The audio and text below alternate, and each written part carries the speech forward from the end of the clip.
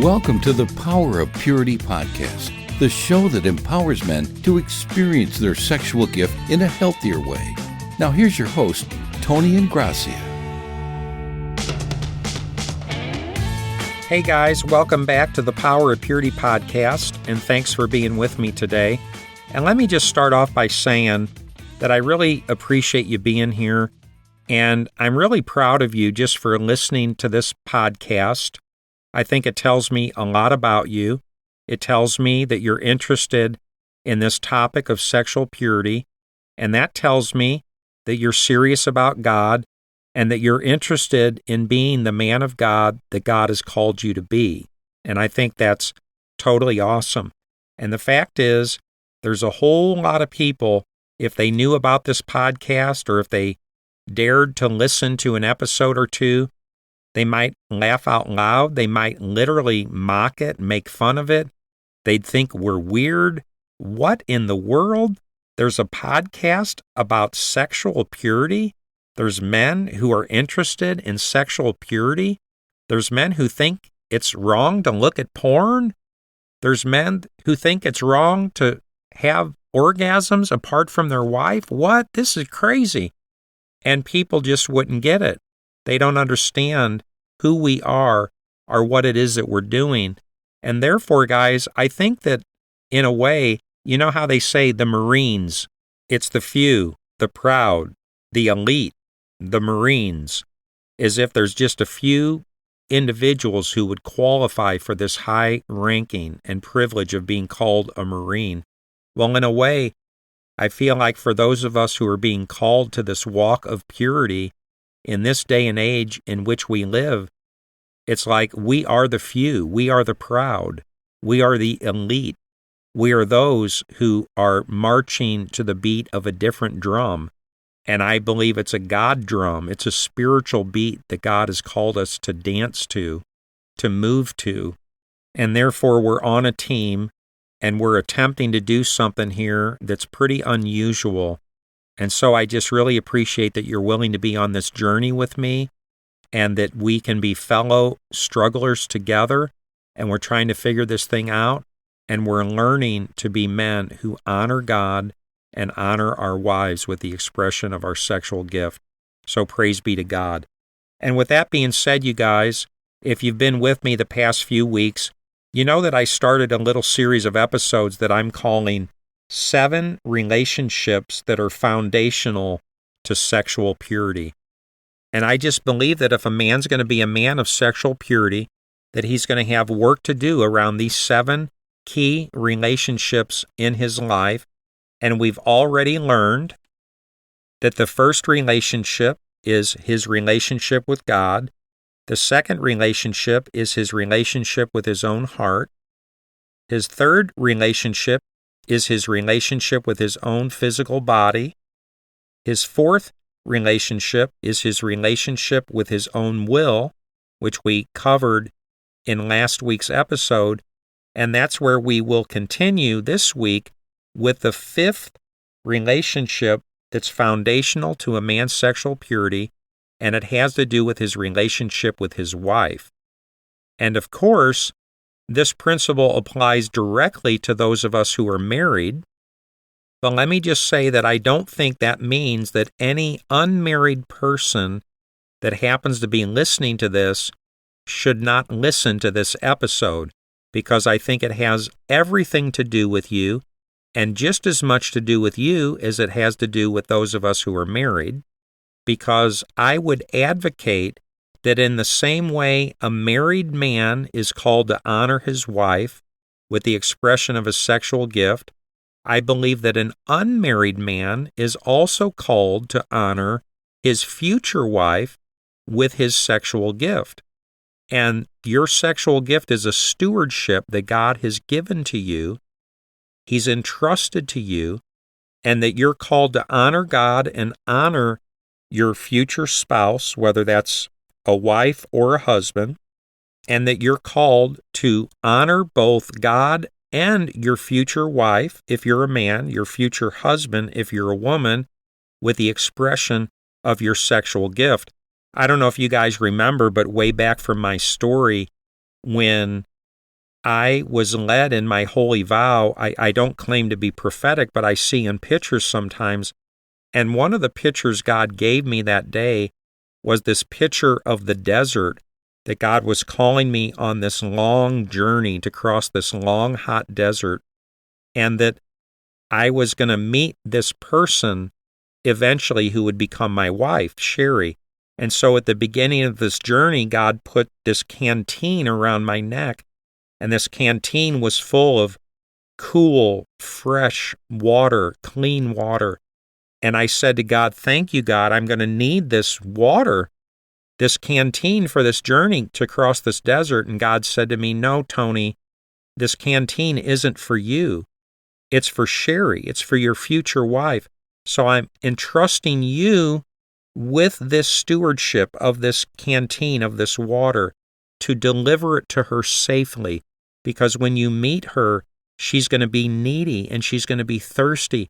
So I'm giving this to you to bring to her as a stewardship.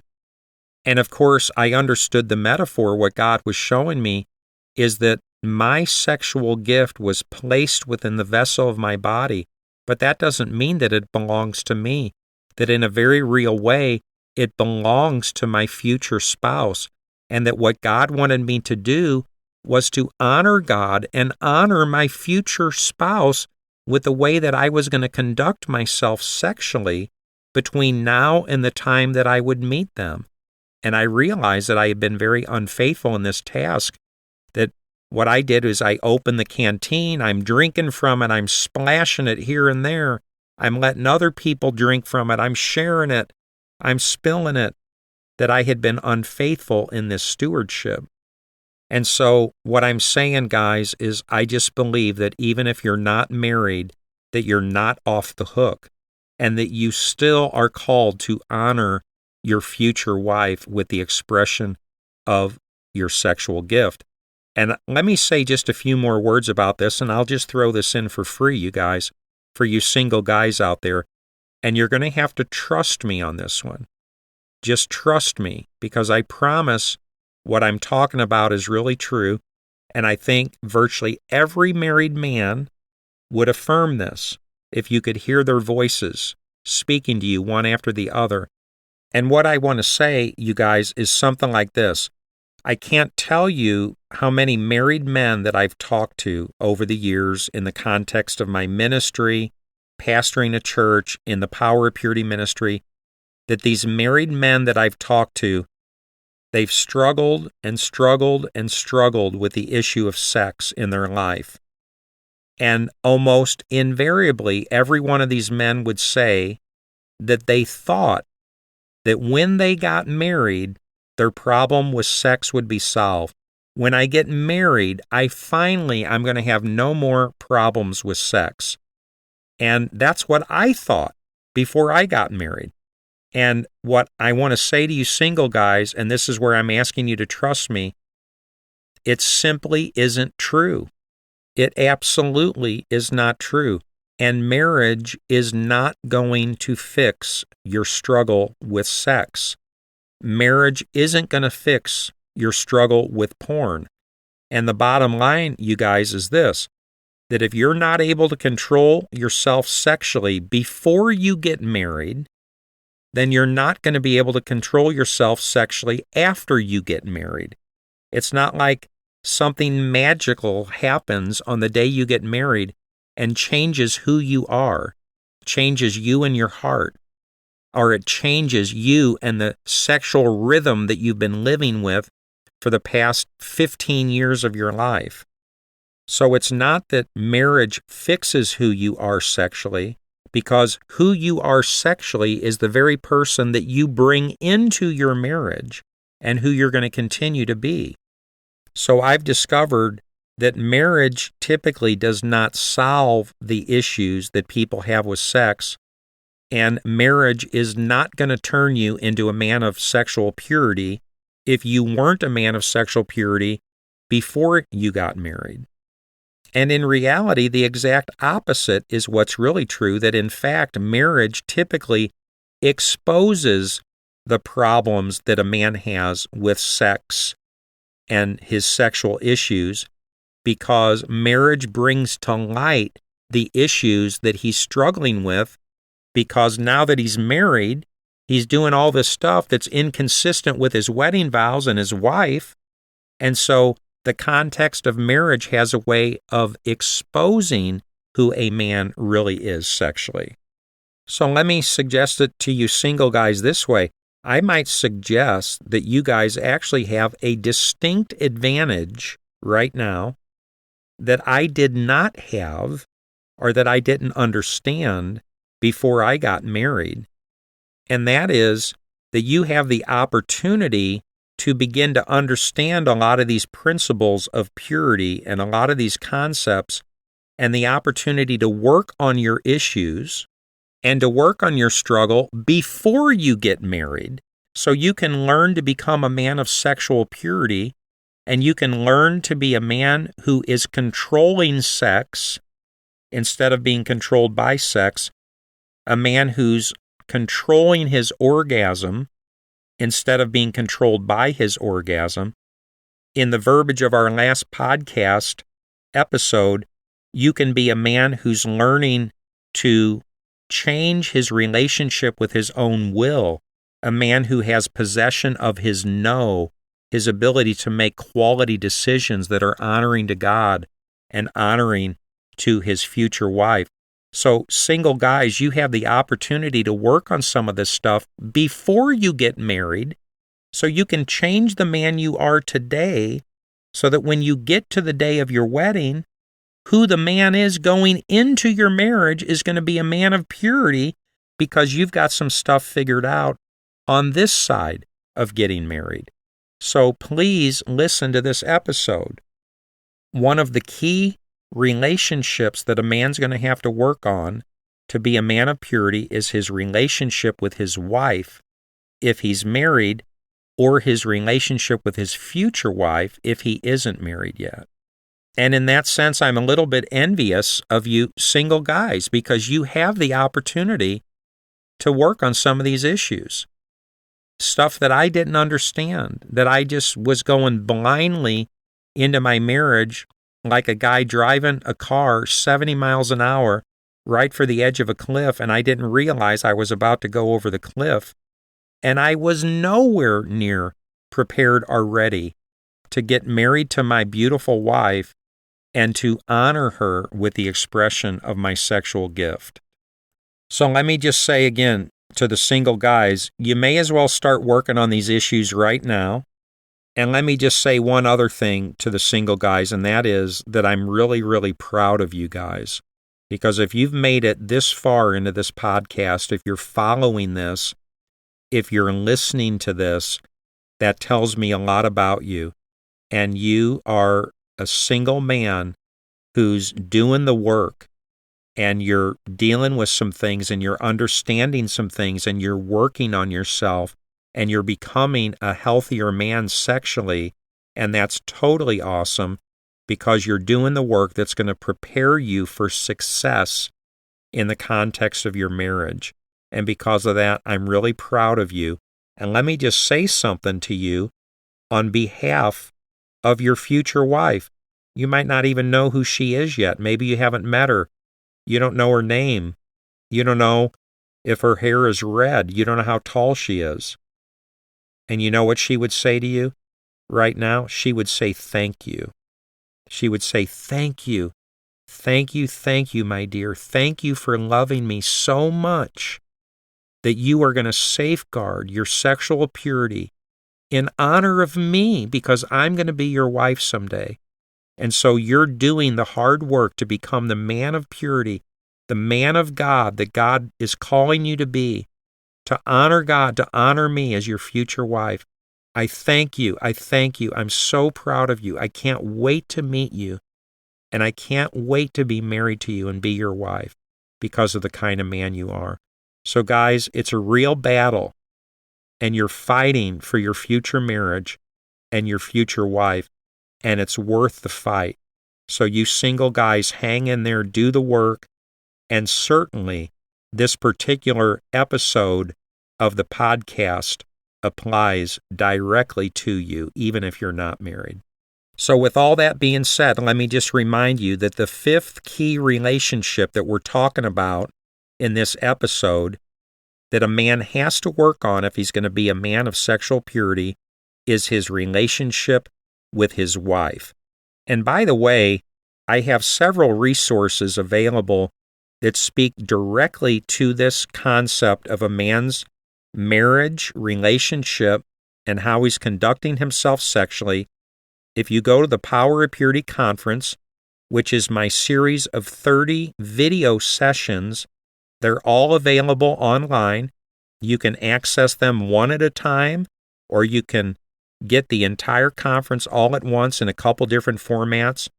I've got it on a thumb drive, or you can download it right off the internet.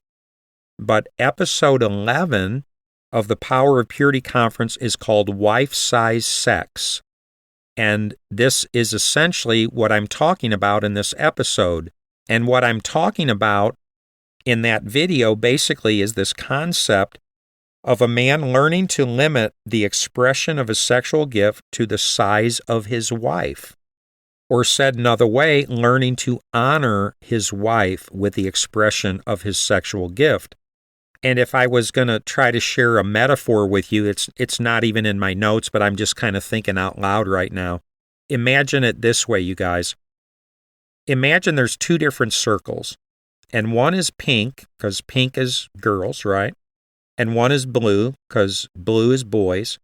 So this is a husband and a wife. And I'm suggesting that ideally, both circles are the same exact size. So on the day of marriage, picture this blue circle moving over the pink circle so they align perfectly and they're both the same size. And these circles represent the sexual gift of the corresponding man and woman.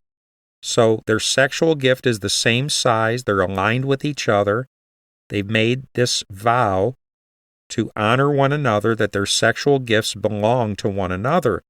But in reality, what happens for so many of us is picture the pink circle so big, let's say it's 5 inches diameter, but the blue circle is 10 inches diameter, way bigger than the pink circle.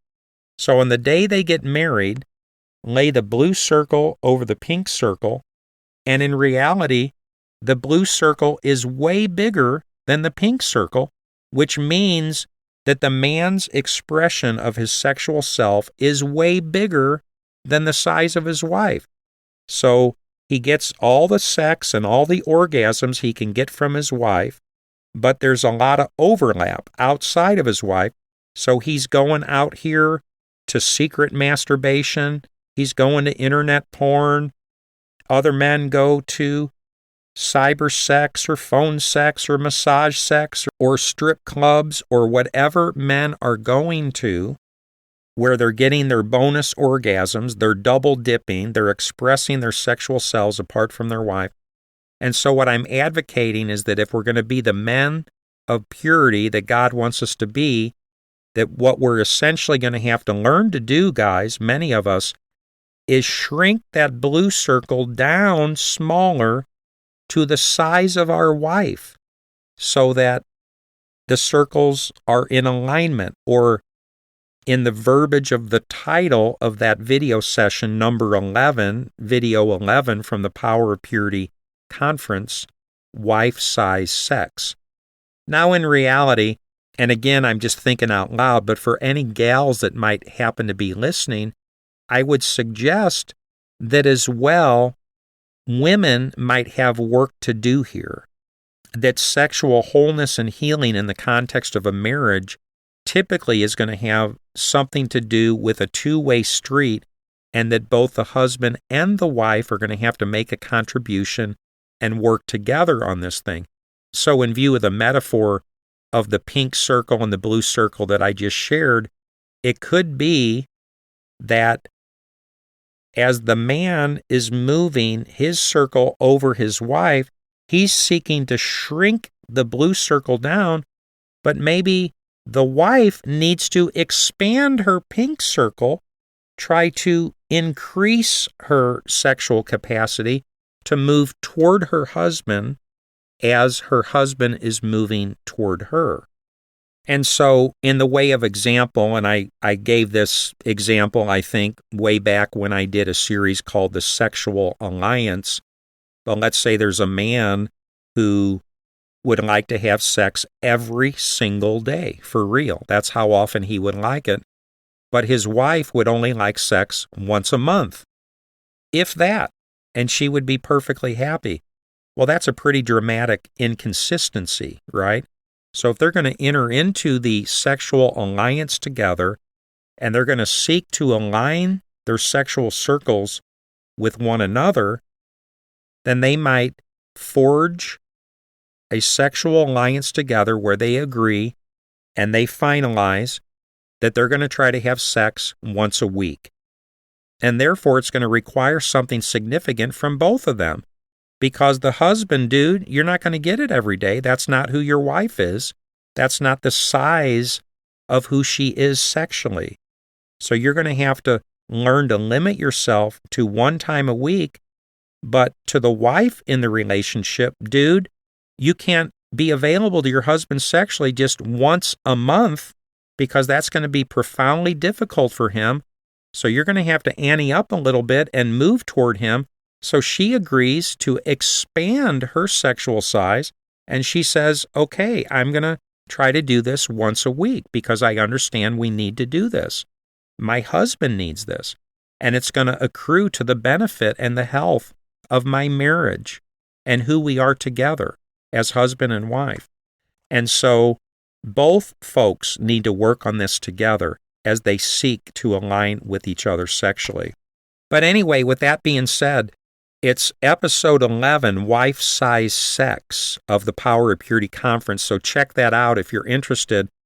And then also, you can watch episode 25, or video 25, of the Power of Purity Conference. It's at the website, and it's called The Sexual Alliance.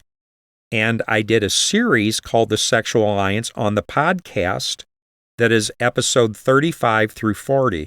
And I just think that particular series of episodes is so profoundly significant and important for every couple to listen to as they seek to move toward one another and bring their marriage into this sexual alliance where they're making this commitment to one another that they will only express their sexual gifts with one another. In fact, the definition of the sexual alliance is this. The sexual alliance is a covenant between a husband and a wife where they both recognize and embrace God's design for human sexuality, which means their mutual sexual gifts belong exclusively to one another, that they will express their sexual gifts exclusively with one another, and that they will be sexually available to one another on a frequent and recurring basis. So check those episodes out if you're interested. But for our purpose here today, you guys, we're talking about these 7 relationships that are foundational to a man. If he's going to be a man of sexual purity, he's going to have work to do around these 7 relationships. And the relationship we're talking about today is his relationship with his wife. So all that I'm saying, guys, is that for most of us to become a healthier man sexually, it's going to have something to do with our relationship with our wife. And we've got to nurture this relationship with our wife. And we've got to work on it. And we've got to help this relationship be healthier. And we've got to move toward our wife. And we've got to learn what it means to limit the expression of our sexual gift to our wife only. And that can be difficult because in the context of a lot of relationships, there's issues and problems and difficulties.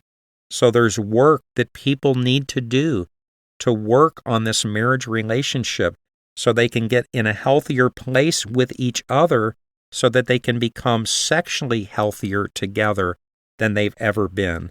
So I have no doubt that for most men, they're going to have work to do in and on and around their relationship with their wife And as that relationship with their wife gets healthier and stronger and becomes the relationship that God intends it to be, that it puts sexual purity within this man's reach and within this woman's reach. And that's why I'm suggesting that the marriage relationship is a foundational relationship to sexual purity. And if I had to choose a proof text here, guys, I'll choose two of them that are familiar.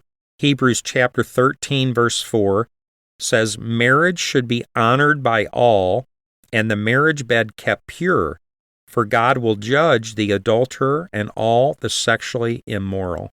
And I just love here that God says that marriage should be honored and the marriage bed should be honored by keeping it pure. In other words, God highly esteems the covenant of marriage and the marriage bed. And you guys have heard me say this before, but when he speaks of the marriage bed here, he's not talking about a piece of furniture, the marriage bed, the bed in your bedroom at home. That's not what the marriage bed is. What he's referencing here is the conjugal act, the sexual act, sexual intercourse, sexual intimacy between a husband and a wife. That's what the marriage bed is. And he says that we should honor marriage by keeping our marriage bed pure. Our sexual relationship with our spouse should be kept pure, and that's how we honor our marriage. Or said another way, God intends for us to have a sexual alliance with our spouse. God intends for us to limit the expression of our sexual gift with our spouse only. God intends for us as men to learn what it means to have wife-size sex. God intends the blue circle to line up with the pink circle. And my second proof text is 1 Corinthians chapter 7, verses 2 through 5. "But since sexual immorality is occurring, each man should have sexual relations with his own wife, and each woman with her own husband. The husband should fulfill his marital duty to his wife, and likewise the wife to her husband. The wife does not have authority over her own body, but yields it to her husband. In the same way, the husband does not have authority over his own body, but yields it to his wife. Do not deprive each other, except perhaps by mutual consent and for a time, so that you may devote yourselves to prayer. Then come together again, so that Satan will not tempt you because of your lack of self-control." And again, that's 1 Corinthians chapter 7, verses 2 through 5. And this passage is so packed full of so much information, such significant and powerful information, that is so important for us to understand to be healthy people sexually and to create the possibility of sexual health in the context of our marriage. But the most basic observation is just that a husband and a wife need to be devoted to each other sexually, committed to one another, and they need to be available to one another on a regular and ongoing basis, that they should not deprive or defraud one another sexually, because this will lead to undue temptation. And again, it's just affirming the importance of the sexual relationship between a man and his wife so that they can be sexually healthy together and they can be strong together and they can be the people that God's calling them to be, and they can honor God with the way they're managing their sexual selves and honor one another in the context of your marriage. And again, I believe these passages just affirm truly that our relationship with our spouse is a key relationship that a man's going to have to work on in order to be a man of sexual purity. And so I just encourage you guys to really pursue this, to pursue your wife, to pursue the sexual alliance, and to pursue honoring God in this way. Praise be to God. And with that being said, you guys, I see from the clock that I'm out of time for this episode.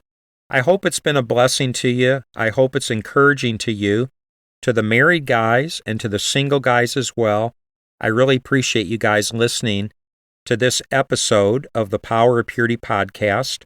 We've now covered 5 of the 7 relationships that are foundational to sexual purity, and we've learned that if a man's going to be a man of sexual purity, he's going to have to work on his relationship with God, on his relationship with his own heart, on his relationship with his body, on his relationship with his will, and on his relationship with his wife. And what that means, guys, is that we have 2 more relationships that are foundational to sexual purity. And if you want to know what those are, come back next week for our next episode, and I'll look forward to seeing you then. In the meantime, God bless you, and have an awesome day. Thanks for listening. Visit powerofpurity.org for more resources and information. And if this podcast has been helpful or encouraging, please invite a friend to listen. Until next time, remember, there's power in purity.